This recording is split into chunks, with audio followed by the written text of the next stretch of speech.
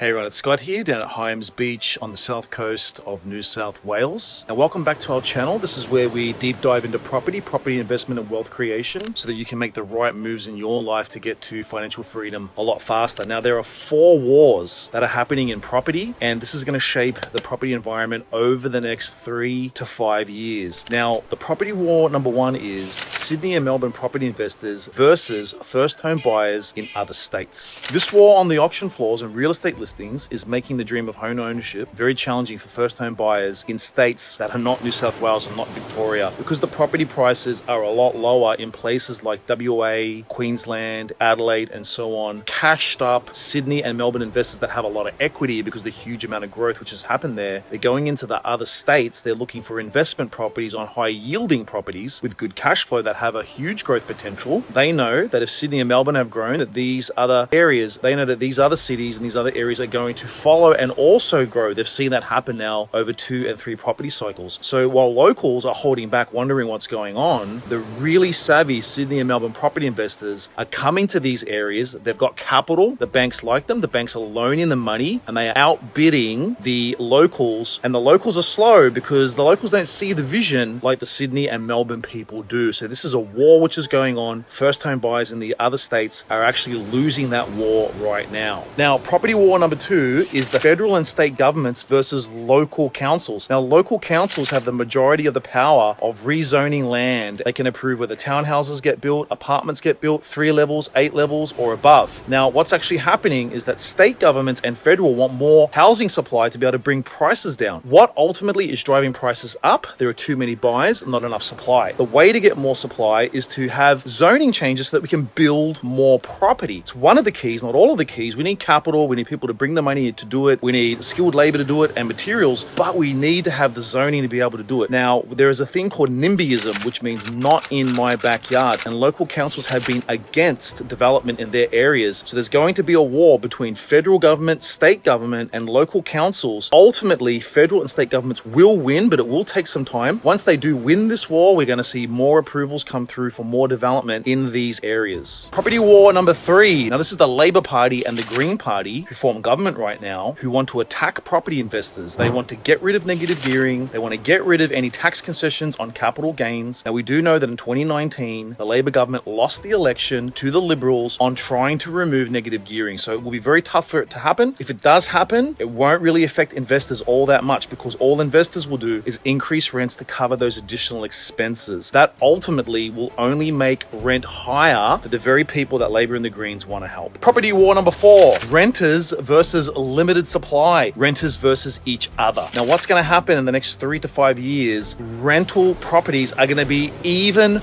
more harder to get. Rental properties will be harder to get than ever before. And so there will not be an improvement to the supply for at least 5 years. Renters will be queuing and outbidding each other to be able to get a rental property. Rents are going to continue to skyrocket and renters are going to be battling each other for very limited number of homes out there available to rent. So these are the 4 wars to watch out for in the next 12 months. Let's see how they unfold. We've got elections coming up. We're going to see a lot in the news about the new supply, the battle of renters and rental supply, and what's going to happen to rents. Many things to watch out for. What we do know as a property investor, if you can get into the market, it's definitely something that you should be looking at. Only one thing will happen to the property market in the next 10 years, that properties are on track to double. Take care, guys. For more videos like this, please click like and subscribe for more information around the property market.